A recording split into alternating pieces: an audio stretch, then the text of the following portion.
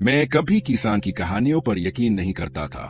जानवरों के गायब होने की बातें, आसमान में रोशनी, जंगल के आत्मा। मुझे हमेशा लगा कि ये सब उन लोगों की बयाचे आकर कही गई बातें हैं जो ज्यादा अकेले रहते हैं। लेकिन उस रात मैंने अपनी आंखों से देखा, पूरा जून चुप। एक जानवर खेत के बीचों बीच गिरा हुआ, उसके शरीर पर बिल्कुल सटीक कट और जमीन पर खून की एक बूंद भी नहीं। चमड़ी ऐसे निकाली गई थी जैसे कोई सर्जिकल ऑपरेशन हुआ हो। और सबसे अजीब, कोई निशान नहीं, कोई टूटी हुई बार नहीं, कुछ नहीं। तभी मुझे एहसास हुआ ये इंसानी काम नहीं था। मैंने 12 साल पुलिस में काम किया, फिर सब कुछ छोड़ दिया और उन मामलों की जांच शुरू की जिन्हें पुलिस अनदेखा करना पसंद करती है।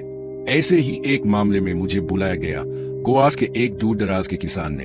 एक कठोर आदमी, कम बोलने वाला, लेकिन उसकी आंखों में वो चीज थी जिसे मैं अच्छे से जानता हूँ, डर। उसने कहा कि उसकी गाय एक एक करके मारी जा रही थी और ये तो भेड़िया था, न तेंदुआ। कुछ और था। शरीर सूखे हुए, खून नहीं, कोई आवाज नहीं। और फोन काटने से पहले उसने कहा, वो एक बार में बस एक को मारते हैं। अभी तक मैं 2 दिन बाद वहां पहुंचा। एकांत जगह, अजीब सी खामोशी के साथ। चंद मजदूर चुप थे और जो कुछ बोले भी वो फुसफुसाते हुए बोले। जंगल की आत्मा लौट आई है। अंधेरे में आंखें है। पहली ही रात में 12 तक गया। सारा जून खड़ा था, एकदम स्थिर। सभी जानवर एक ही दिशा में तकक्की लगाए देख रहे थे। जमीन पर सटीक ज्यामितीय आकृति में उकेरे हुए सर्पिल निशान थे। मैंने जंगल से आ रही आवाजें रिकॉर्ड की। एक गहरी, धीमी तरंग जो कानों में चुभती थी लेकिन मुश्किल से सुनाई देती थी। अगले दिन मैंने रिकॉर्डिंग सुनी। उसमें कुछ था, एक आवाज छिपी हुई, वो इंसानी नहीं थी। अगले कुछ दिनों में और 2 गायें मरी हुई मिली। साफ गन, खून नहीं, अंग गायब। लेकिन सबसे अजीब था जीपीएस। सभी गायें रात के 3:17 पर बस रुक गई। मैंने मौतों के स्थानों को नक्शे पर जोड़ा और जो सामने आया उसने होश उड़ा दिए। सभी स्थान एक पेंटाग्राम बना रहे थे, सटीक, सम्मित। कोई या कुछ एक संदेश छोड़ रहा था। फिर एक मजदूर गायब हो गया। वो जंगल में मिला, घुटनों के बल बैठा, आंखें फटी हुई और मुंह मिट्टी से भरा। वो बुदबुदा रहा था। मवेशी ही भुगतान था। हमने देना बंद कर दिया।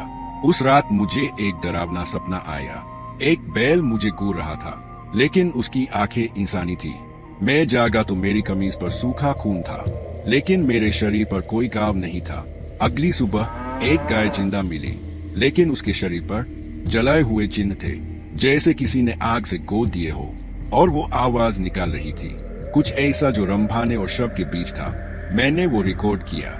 मैंने एक दोस्त को भेजा जो भाषा विज्ञान और स्पेक्ट्रोग्राम्स की समझ रखता है। उसने आवाज को अलग किया और उसी दिन मुझे घबराया हुआ फोन किया। उसमें एक वाक्य है, पुराने टुपी में लिखा है, तुमने वो चुरा लिया जो उनका था।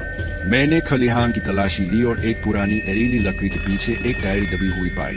वो 1930 के एक चरवाहे की थी। उसमें लिखी बातें हैरान करने वाली थी। मवेशियों की मौत, जमीन पर निशान, आधी रात की आवाजें। उसने लिखा था कि ये फार्म सील की गई जमीन पर बना है और मवेशी एक मुद्राए, एक प्राचीन बलि, कुछ ऐसा जो इस जमीन के मूल मालिकों को शांति के बदले चाहिए था। डायरी के अंत में एक वाक्य था, जून उनका है, हमेशा था और अब वो सब वापस चाहते हैं। मैंने खेत में पहरा देने का फैसला किया। थर्मल कैमरे, ड्रोन, मोशन सेंसर, सब कुछ चालू था। रात के 3:17 पर सिस्टम फ्रीज हो गया। ड्रोन ने एक आकृति रिकॉर्ड की, लंबी, कंकाल जैसी, मवेशियों के बीच चल रही थी, लेकिन मवेशी नहीं हिले। और फिर कैमरे ने कुछ असंभव दिखाया। मैं वहां था, घेरे के बीच में, स्तर, आंखें सफेद, और मुझे कुछ भी याद नहीं था। मैं बाड़े में जागा, अकेला। जून फिर से पूरा था, लेकिन अब हर बैल मुझे काली, गहरी आंखों से घूर रहा था। और मैं कसम खाता हूँ, उन्होंने मेरी हर हरकत को अपनी नजरों से फॉलो किया। मैं फाटक की ओर दौड़ा। वो बाहर से बंद था। मैं ये रिकॉर्डिंग खलिहान के अंदर बैठकर कर रहा हूँ। अगर किसी को ये टेप या फाइल मिले, समझने की कोशिश मत करना, लड़ने की कोशिश मत करना। वो हमेशा से यहाँ थे और ये सब कुछ उनका है।